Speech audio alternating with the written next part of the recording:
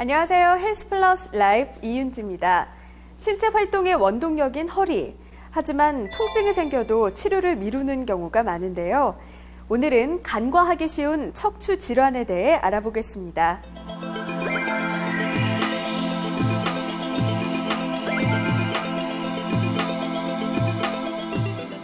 원장님 안녕하십니까? 안녕하십니까? 우리 몸에서 허리는 어떤 역할을 하나요?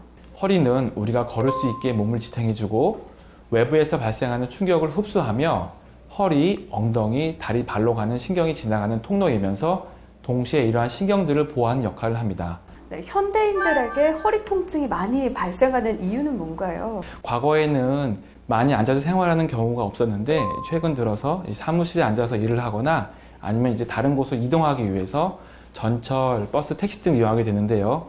결국 앉아있는 시간이 길어지면 허리로 가는 충격이 오래 지속되어 허리 구조물들이 손상을 주게 됩니다. 따라서 허리가 약해지면서 쉽게 허리 통증이 발생할 수 있습니다. 네, 허리 질환에도 참 여러 가지가 있다고 들었는데요. 요추협착증은 어떤 겁니까? 척추신경이 지나가는 통로인 인대, 뼈 부위 자체가 커지고 디스크의 퇴행으로 통로가 좁아져서 신경을 전체적으로 누르는 것을 말합니다. 안전 시에는 이상이 없다가 움직이거나 걸음을 걸을 때 다리가 아프거나 저리고 심해지면 걷기가 힘들거나 다리가 휘청거리는 등 힘이 빠지는 증상이 생길 수 있습니다. 요추협착증의 진단법도 전해주시죠. 신체 검진으로 하지의 감각, 근력, 신경 반사들을 확인하여 신경이 압박되고 있는지를 확인합니다.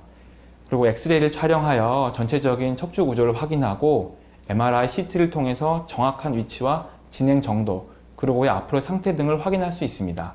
그럼 요추협착증은 어떻게 치료가 진행되나요? 먼저 약물치료, 물리치료, 도수치료, 주사치료 같은 보존적인 치료를 먼저 시행합니다. 이런 방법의 효과가 없으면 수술적 치료를 시행하겠는데요. 최근에는 수술적 치료보다 내시경 치료를 먼저 시행합니다. 5mm 정도 되어 있는 크기의 구멍을 2개를 내어 한쪽으로는 내시경을 넣고 한쪽으로는 레이저 같은 도구를 넣어서 신경을 누르고 있는 디스크, 인대, 그리고 경우에 따라서는 뼈의 일부를 제거하는 방법인데요. 구멍이 아주 작기 때문에 근육 손상이 거의 없고 간단하면서 빠르게 문제가 있는 부위를 제거하는 방법입니다. 허리 건강을 미리 지킬 수 있는 올바른 습관법도 전해주시죠. 바른 자세를 유지하는 것이 가장 중요한데요. 의자에 앉을 때는 허리와 다리의 각도가 가능한 90도가 되도록 노력하는 게 좋습니다. 그리고 장시간 의자에 앉아야 할 때는 자주 자리에 일어나서 가벼운 스트레칭을 하며 긴장된 관절과 근육을 이완시키는 것이 좋습니다.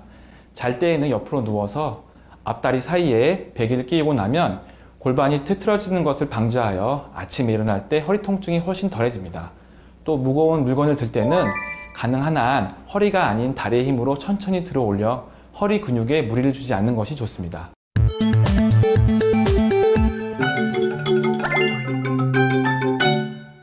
일단 걷기, 수영 등의 가벼운 운동을 통해 유산소 운동을 시행하시고 그 부위에 맞는 근력 강화 운동을 시행하시는 것이 좋겠습니다.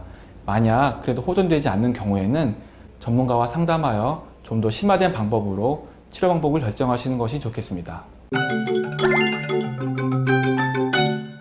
내시경 치료는 전신 마취를 하지 않기 때문에 고령이나 내과 질환이 있으신 분들에게도 안전하게 시행될 수 있습니다.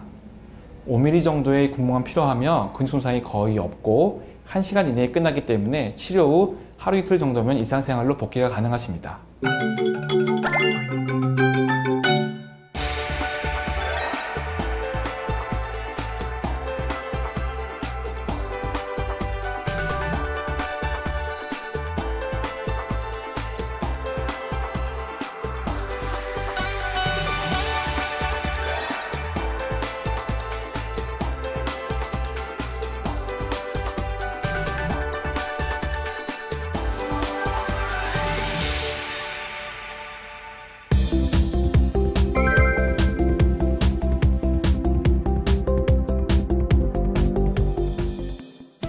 우리 몸의 중심이 되어주는 척추. 평소 올바른 생활 습관과 초기 치료로 척추 건강 오래 유지하시기 바랍니다. 헬스플러스 라이브 이윤지입니다.